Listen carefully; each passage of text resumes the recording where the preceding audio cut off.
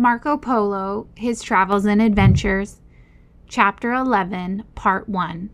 Marco Polo in the Eastern Seas.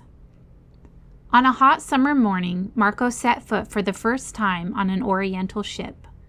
Once more he was on his travels, and this time the greater part of his journey was to be by sea. The ship on whose deck he found himself was, to his eyes, a very curious affair. Rude when compared with European craft, yet not without its features of comfort, safety, and convenience. It was evidently constructed of fir wood, and it had but a single deck. Marco wandered over the vessel, eager to examine its every part.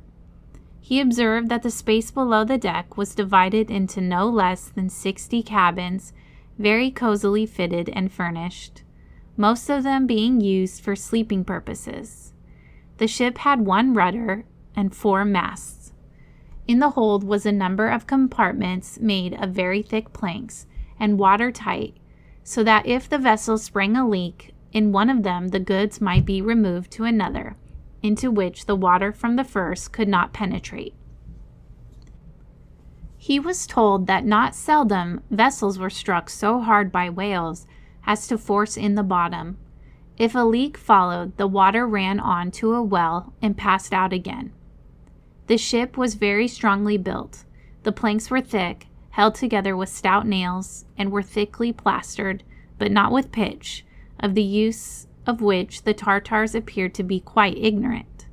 The vessel was propelled by oars, each of which required 4 sailors. In all, the crew numbered 200 men. A number of small boats for fishing and other purposes were hung at the sides. Marco's first destination was to the large group of flourishing islands which lay several hundred miles off the coast of Cathay, and with which we are now familiar as Japan.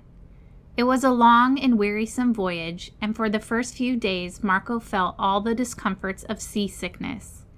After recovering from this, he began to enjoy the sea transit and gazed with much interest at the many strange-looking craft that passed and repassed within sight of his ship. It appeared that, not many years before, the Khan had attacked the Japanese islands with a large fleet and a strong army under 2 of his ablest generals. They landed on one of the islands, but were forced to embark from it again on account of dangerous storms and winds that threatened the destruction of their vessels. They repaired to another island, where they sought refuge from the fury of the elements. Soon after, some of their ships sailed for home, and others were destroyed by the tempests. The Japanese now descended with a large fleet upon the island to make an end of the invaders, and disembarking advanced to attack them. The Tartars, perceiving that the enemy had left their ships, ran down to the coast and, boarding them, set sail for the largest island, leaving the Japanese in dismay and helplessness behind. The inhabitants of the large island, seeing their own ships return, thought of course that they brought back the Japanese army. They therefore left their principal city undefended, and the Tartars entered it and held it. But soon the Japanese who had been left on the smaller island recovered their senses. They collected other ships, besieged their city, held as it was by the Tartars, and at last compelled the Khan's forces to surrender.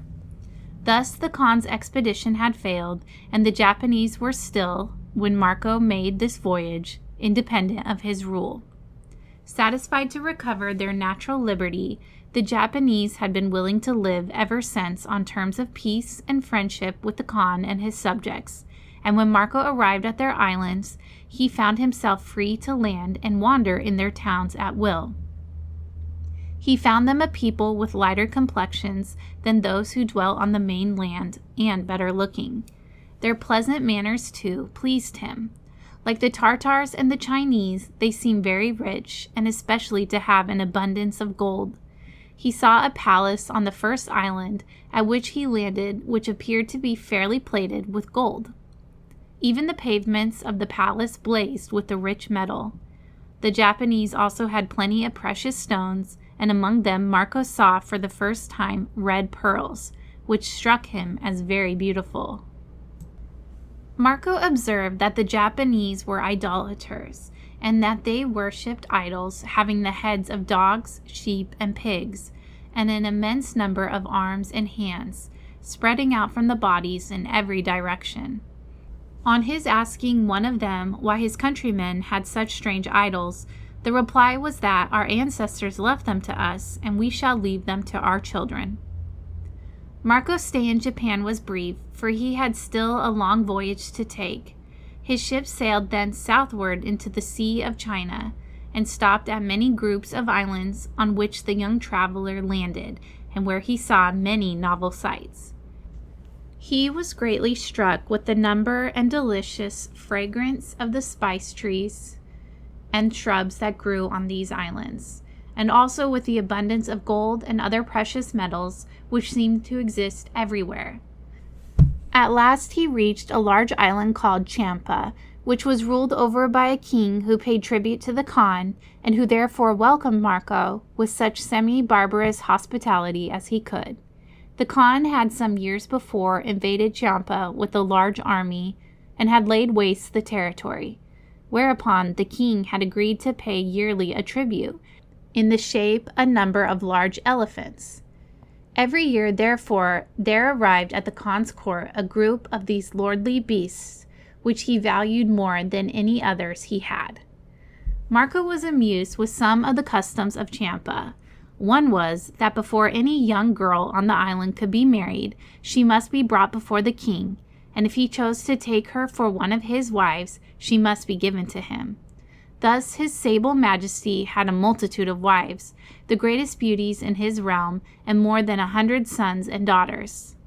After a long voyage, Marco found himself among that famous group of islands that lies in a long, almost parallel line along the southern coast of Asia.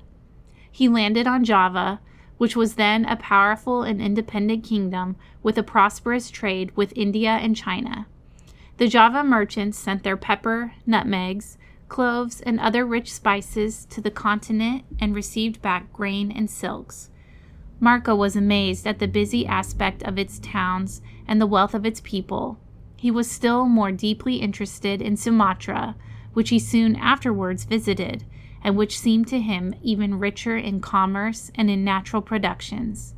In some parts of the island he found the people very wild and barbarous, and while sojourning in one of the interior towns, he amused himself by witnessing a wild elephant hunt. The rhinoceroses there were the largest and most ferocious he had ever seen, with big black horns in the middle of their foreheads, and a most forbidding aspect. There, too, he saw the greatest multitude of monkeys of all shapes, sizes, and colors, whose antics among the branches of the forest trees he watched with much glee. Marco observed in Sumatra some mummies which, it was said, were those of a race of pygmies that dwelt in India. On examining them closely, however, he was able to detect that they were really preserved monkeys.